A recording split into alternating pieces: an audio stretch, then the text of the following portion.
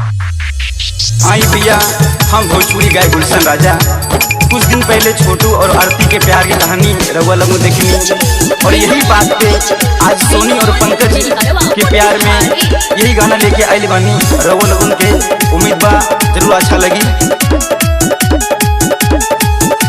समस्तीपुर में भइल बा घटना ये भाई, सुनो तू प्यार के चाचा। समस्तीपुर में भइल बा घटना ये भाई, सुनो तू प्यार के।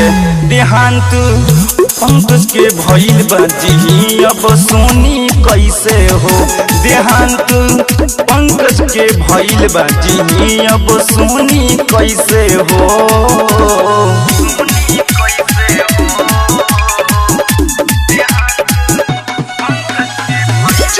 Recording by Black Music.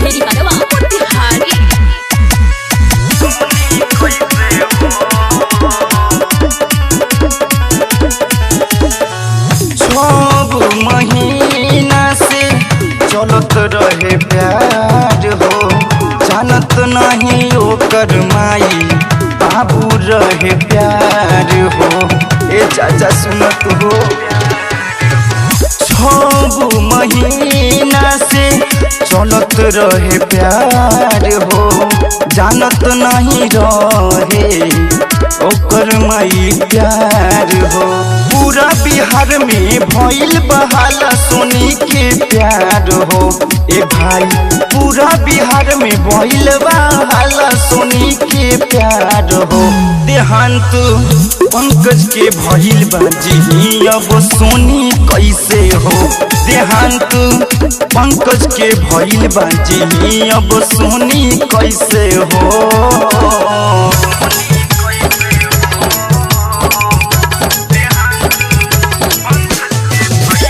Mixed by Vicky Dewa.